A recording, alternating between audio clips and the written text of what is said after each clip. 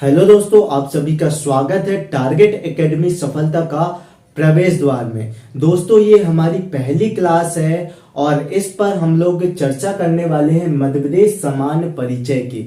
मध्य प्रदेश सामान्य ज्ञान हमारा टॉपिक चल रहा है। इसके अंतर्गत हम लोग देखने वाले मध्य प्रदेश से सामान्य परिचय की।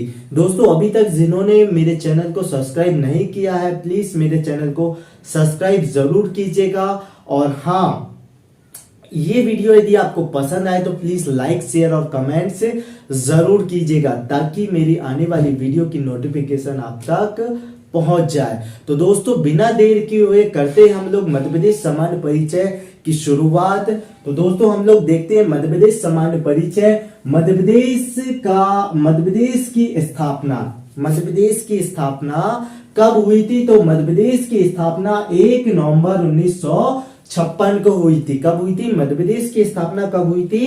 1 नवंबर 1956 को। ठीक है। अब मान लो एक व्यक्ति है, उस व्यक्ति के बहुत सारे नाम होते हैं, बहुत सारे उपनाम होते हैं। ठीक उसी प्रकार हमारे मध्य प्रदेश के भी क्या है? उपनाम है। क्या है? उपनाम है। मध्य प्रदेश को भी बहुत सारे नामों से बुलाया जाता है, बहुत सारे नामों की संज्ञा दी गई है। तो मध्य प्रदेश का जो उपनाम है, मध्य प्रदेश का उपनाम है हृदय प्रदेश। मध्य प्रदेश को एक और नाम से जाना जाता है। क्या है वो नाम? हृदय प्रदेश। हृदय प्रदेश की संज्ञा सर्वप्रथम किसने दी थी? पंडित जवाहरलाल नेहरू ने। क्यों दी थी? क्योंकि ये हमारे भारत के हृदय के समान है। कैसा? ये हमारे भारत के हृदय के समान है, इसीलिए हमारे मध्य प्रदेश को हृदय प्रदेश की संज्ञा दी गई। और संज्ञा किसने दी थी? पंडित जवाहरलाल नेहरू ने। किसने दी थी? पंडित जवाहरलाल नेहरू ने। ठीक है। अब आगे बात आती है उपनाम में। उपनाम में सोया स्टेट भी हमारे मध्य प्रदेश को कहा जाता है। और क्यों कहा जाता है? क्योंकि हमारे मध्य प्रदेश में सर्वाधिक मात्रा में सोयाबीन का उत्पादन किया जाता था। क्या किया जाता था? सोयाबीन का उत्पादन किया जाता था। इसी कारण से हमारे मध्य प्रदेश को सोया स्टेट भी कहा जाता है। मैंने आप लोगों को बता दिया। अब ये नहीं समझिएगा आप लोग कि सोया हुआ नहीं। सोया स्टेट से तात्पर्य ये है कि सर्वाधिक मात्रा में हमारे मध्य प्रदेश में क्या काय का उत्पादन किया जाता था? सोयाबीन का उत्पादन किया जाता था। इसीलिए हमारे मध्य प्रदेश को सोया स्टेट नाम दिया गया, या सोया स्टेट के नाम से भी जाना जाता है। ठीक है। अब बात आगे आती है टाइगर स्टेट। हमारा जो मध्य प्रदेश है, हमारे मध्य प्रदेश को टाइगर स्टेट के नाम से भी जाना जाता है, क्योंकि सर्वाधिक मात्रा में टाइगरों की संख्या हमारे मध्य प्रदेश में होने के कारण ही हमारे मध्य प्रदेश को क्या कहा जाने लगा? टाइगर स्टेट भी कहा जाने लगा। ठीक है। अब आगे बात आती है कि नदियों का मायका। ठीक है। मध्य प्रदेश को नदियों का मायका भी कहा जाता है। क्यों कहा जाता है? क्योंकि हमारे मध्य प्रदेश में सर्वाधिक मात्रा में क्या बहुत सारी नदियों का क्या हुआ है? हमारे मध्य प्रदेश से क्या हुआ है? उद्गम हुआ है। बहुत सारी नदियों का उद्गम स्थल है हमारा क्या? मध्य प्रदेश। इसीलिए नदियों का मायका भी हमारे मध्य प्रदेश को कहा जाता है। ठीक है। अब बात आगे आती है सेंट्रल इंडिया। किसकी? Central India. हमारे मध्य प्रदेश को सेंट्रल इंडिया इसलिए कहा जाता है क्योंकि ये हमारे भारत के बीचों बीच में, ठीक है, भारत के मध्य में स्थित होने के कारण इसे सेंट्रल इंडिया भी कहा जाता है। और एक और नाम से इसे जाना जाता है मध्य भारत के नाम से। ठीक है। हमारा जो मध्य प्रदेश है भारत के बीचों बीच में स्थित, यानी कि भारत के मध्य में स्थित होने के कारण इसे मध्य भारत भी कहा जाता है। ठीक है। अब बात आगे आती है कि मध्य प्रदेश में टोटल जिलों की संख्या कितनी थी? कितनी है अपनी? 52 जिले। कितने हैं? 52 जिले हैं। ठीक है। अब बात आगे आती है कि मध्य प्रदेश का सबसे, ठीक है, मध्य प्रदेश का उत्तर दक्षिण पूर्व पश्चिम कौन सा जिला है? यानी कि उत्तर दक्षिण में कौन कौन से जिले हैं और पूर्व पश्चिम में कौन कौन से जिले हैं?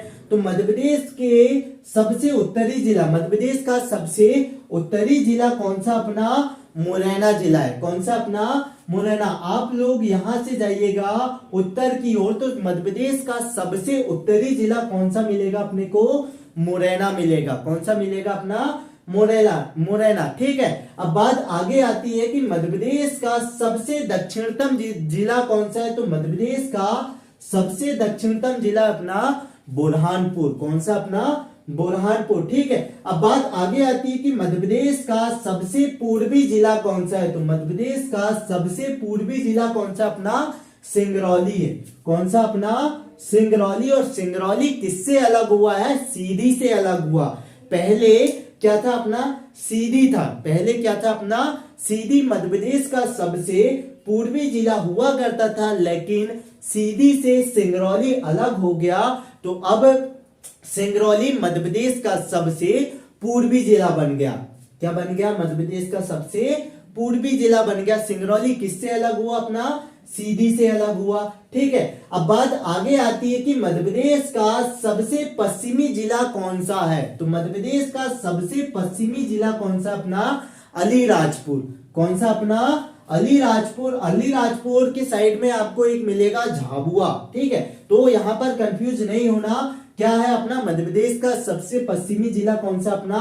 अलीराजपुर। ठीक है, अब बात आगे आती है कि मध्य प्रदेश के जो राजकीय प्रतीक है कौन कौन से है? ठीक है, मध्य प्रदेश के राजकीय प्रतीक, तो मध्य प्रदेश का जो राजकीय चिन्ह है, मध्य प्रदेश का जो राजकीय चिन्ह है, ये कितने? दो चिन्हों से मिलकर बना हुआ है। किससे? राष्ट्रीय प्लस स्थानीय विशेषताओं से मिलकर बना हुआ है। और ये कैसा है अपना? सतत विकास का प्रतीक है। ये कैसा अपना? सतत विकास का प्रतीक है। ठीक है, अब बात आगे आती है अपना मध्य प्रदेश का राजकीय पुष्प कौन सा है? ठीक है, तो मध्य प्रदेश का राजकीय पुष्प सफेद लिली। इसका साइंटिफिक नाम जो है लिलियम कैंडिमम। कौन सा अपना? लिलियम कैंडिमम। ठीक है, अब बात आगे आती है कि राजकीय पक्षी कौन सा है? मध्य प्रदेश का राजकीय पक्षी कौन सा है? तो मध्य प्रदेश का राजकीय पक्षी कौन सा अपना? दूधराज। कौन सा अपना?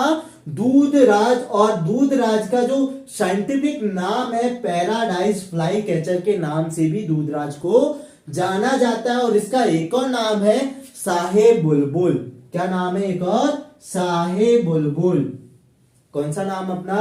मध्य प्रदेश का राजकीय पक्षी कौन सा अपना? दूधराज, पैराडाइज फ्लाई कैचर, शाहे बुलबुल। ये दोनों नाम ही किसका है? दूधराज का नाम है। किसका? दूधराज का नाम है पैराडाइज फ्लाई कैचर और शाहे बुलबुल। ठीक है, इतना आया आप लोगों के समझ में? ठीक है, अब बात आगे आती है कि मध्य प्रदेश का राजकीय पशु, मध्य प्रदेश का राजकीय पशु क्या अपना? बारहसिंगा।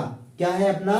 बारहसिंगा। और बारहसिंगा कौन सी प्रजाति का? बेडरी प्रजाति का। कौन सी अपनी? बेडरी प्रजाति का। बेडरी प्रजाति का। कौन सी प्रजाति का? अपनी बेडरी प्रजाति का बारहसिंगा। ठीक है, अब बात आगे आती है कि मध्य प्रदेश का राजकीय वृक्ष, मध्य प्रदेश का राजकीय वृक्ष कौन सा अपना? बरगद का पेड़। कौन सा अपना? बरगद का पेड़। इसे बट का वृक्ष भी कहा जाता है।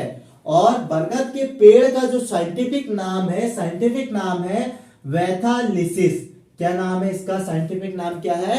वैथालिसिस। ठीक है, अब बात आगे आती है कि मध्य प्रदेश की राजकीय मछली कौन सी है? तो मध्य प्रदेश की राजकीय मछली है अपनी महासीर। कौन सी? अपनी महासीर। और ये कहां पर पाई जाती है? सर्वाधिक मात्रा में कहां पाई जाती है? नर्मदा नदी में पाई जाती। कहां पाई जाती है? अपनी नर्मदा नदी में। और नर्मदा नदी कहां? अपने मध्य प्रदेश में है। और कहां से निकली? अपनी अमरकंटक से निकली। और नर्मदा नदी में कौन सी मछली पाई जाती है?